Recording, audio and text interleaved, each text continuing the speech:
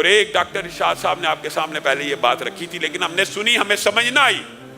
استغفار بنیادی طور پہ ایک صابن کا، ایک دھلائی کا، ایک صرف کا کام کرتی ہے۔ ہم نے معاشرے میں کیا دیکھا ہے کہ بندہ گناہوں سے آلودہ ہے۔ جب بندہ گناہوں سے آلودہ ہو گیا، گویا اس کا جسم، بدن میل کچیل میں چلا گیا، دل کالا ہو گیا، دل پہ نقطے پڑ گئے، دل بیمار ہو گئے، دل مریض ہو گئے، کفل پڑ گئے، مورے لگ گئی، پتھر ہو گئے، یعنی پورے کا پورا بدن بدبودار ہے، پورے کا پورا بدن مریض ہے، پورے کا پورا بدن گندا ہو چکا ہے۔ اب گندے بدن والے بھی معاشرے میں علماء کے پاس، مولویوں کے پاس آ کے کہتے ہیں فلاں تسبیح بتائیے، کوئی تسبیح بتائیے، کوئی وظیفہ بتائیے۔ ان کو بتایا جاتا ہے سبحان اللہ پڑھا کرو، الحمدللہ، انشاءاللہ اس کے فضائل کے حوالے سے موقع ملا تو کبھی گفتگو کریں گے۔ یہ تسبیحات کیا گناہوں سے لتھڑے ہوئے جسم کو، گناہوں سے آلودہ جسم کو اس طرح فائدہ پہنچا سکتی ہیں جو فائدہ گناہوں سے پاک جسم کو پہنچائیں گی؟ اس کی مثال محدثین نے یوں بیان کی ہے کہ یہ جو استغفار ہے یہ بنیادی طور پہ صابن اور صرف کا کردار ادا کرتا ہے۔ آپ کے کپڑے میل کچیل سے بھر جائیں، گندے غلیظ ہو جائیں، استغفار کرتے رہیں تو اللہ تعالیٰ یہ میل کچیل اس سے دور کر دے گا۔ اب ریکوائرڈ ہے، اب ان کپڑوں کو ریکوائرڈ ہے کہ یہ کپڑے میل کچیل سے پاک ہو گئے ہیں تو ان کے اوپر خوشبو بھی لگے، ان کے اوپر پرفیوم بھی چھڑکی جائے۔ وہ پرفیوم، تسبیحات، تحلیلات، اللہ اکبر، تکبیرات اور لا حول ولا قوت الا باللہ اور درود پاک وہ ہیں۔ اگر ایک بندہ کوشش کرے کہ میں صرف تسبیحات سے ہی اپنا کام چلا لوں تو اس طرح کام نہیں چل سکتا۔ عارضی طور پہ گندے کپڑے کے اوپر آپ جتنی مرضی پرفیوم چھڑک دیں تو وہ کتنی دیر بعد غائب ہو جائے گی، چند لمحوں کے بعد اس کا وہ اثر نہیں رہے گا۔ تو ابتدا اس سے کرنی چاہیے کہ میں نے کثرت کے ساتھ استغفر اللہ الذی لا الہ الا هو الحی القیوم واتوب الیہ یہ پڑھنا۔ اگر رسول اچھا یہ پڑھنے میں نا ٹائم بھی کوئی نہیں لگتا۔ آپ میں سے جس بندے کو یہ تجربہ اور عادت ہو جائے نا، لیکن نیت ہونی چاہیے۔ نیت وہی بات، امید بھی اللہ سے اور سوال بھی اللہ سے۔ استغفر اللہ استغفر اللہ استغفر اللہ آپ پڑھنا شروع کریں، آپ 1 منٹ کے اندر ایک تسبیح پڑھ سکتے ہیں، پوری کی پوری 100 مرتبہ پڑھ سکتے ہیں 1 منٹ میں۔ جب کسی کو کہا جاتا ہے 10 مرتبہ پڑھ لیا کرو، یعنی 10 تسبیحات نکال لیا کرو، ان کو لگتا ہے یہ بڑا لمبا وظیفہ۔ لیکن اگر آپ یہ کر کے دیکھیں گے، آزمائیں گے،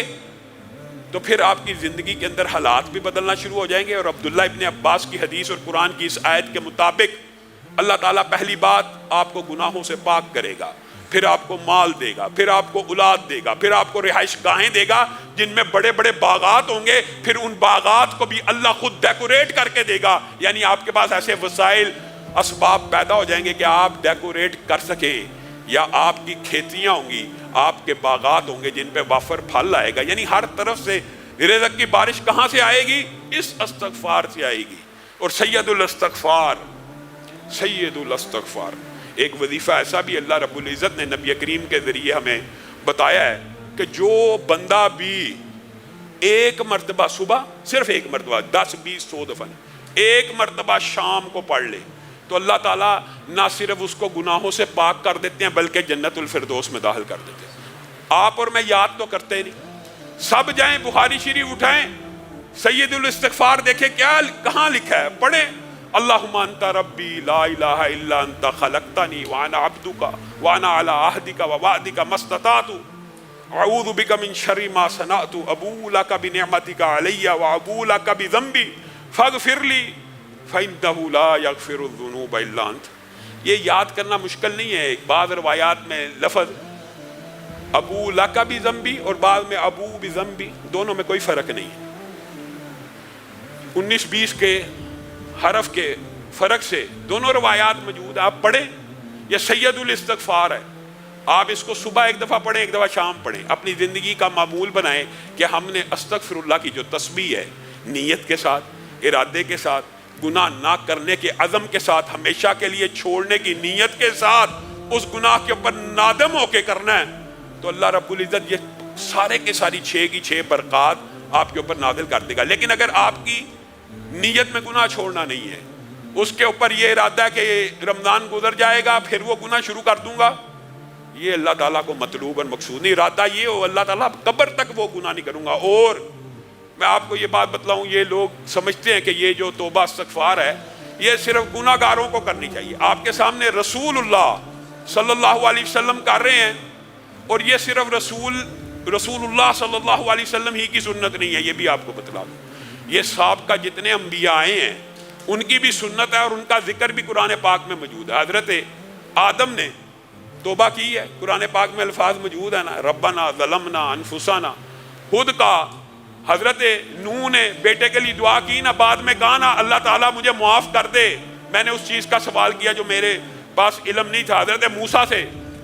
جب بندہ مر گیا تھا دعا کی تھی نا، توبہ کی۔ یونس جب مچھلی کے پیٹ میں گئے دعا کی، توبہ کی، لا الہ الا انت سبحانک انی کنت من الظالمین۔ تو گویا انسان کو یہ نہیں سوچنا چاہیے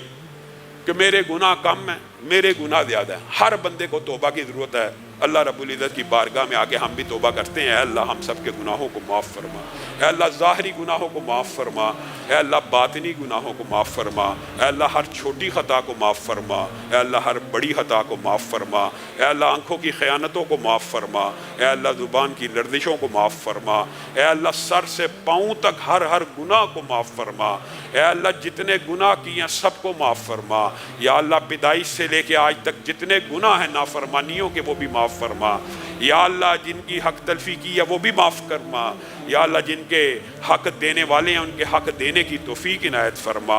یا اللہ جنہوں نے ہمارے حق دینے ہیں ان کو بھی ادا کرنے کی توفیق عنایت فرما، یا اللہ ہم سب کے گناہوں کو معاف فرما، یا اللہ ایک ایک پائی اتارنے کی توفیق نصیب فرما، یا اللہ جو مشکلات کا بائی شکار ہیں ہر روز کہتے ہیں دعا کریں، یا اللہ ان کی مشکلات کو دور فرما، یا اللہ ان کی مشکلات کو دور فرما، یا اللہ جن کے پیسے پھنسے میں ان کے پیسوں کو، یا اللہ ان کے پیسوں کو ادا کروا، یا اللہ ان کے پیسوں کو واپس لوٹا، یا اللہ جتنے لوگ پریشان ہیں یا اللہ ان کی پریشانیوں کو دور فرما، یا اللہ ہم سب کو رزق حلال فراہ نصیب فرما، یا اللہ ہم سب کو رزق حلال فراہ نصیب فرما، یا اللہ آپ سے التجا ہے یہ استغفار کا درس پڑا، یا اللہ